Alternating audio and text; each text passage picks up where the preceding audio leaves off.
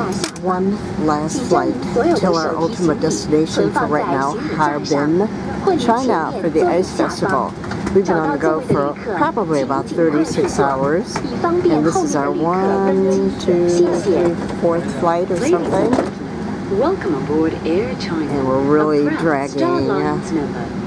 All your hand luggage because we're on should be free securely tickets in stowed economy. in the overhead I don't think Air China could have put us any further back than they did. On a B737-800, and it does have winglets. Not that I'm going to be able to show you, because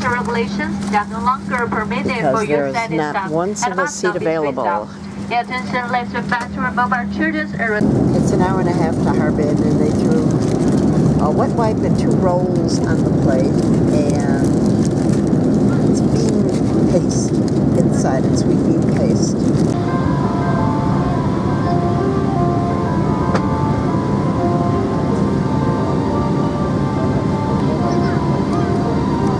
There's an ice slide. It's way below zero, like 20-something below right now. Right? If you can see through the icy window here. Ice. The Harbin airport is 40 kilometers away from central Harbin. I really like their street lamps. They're red Chinese lanterns.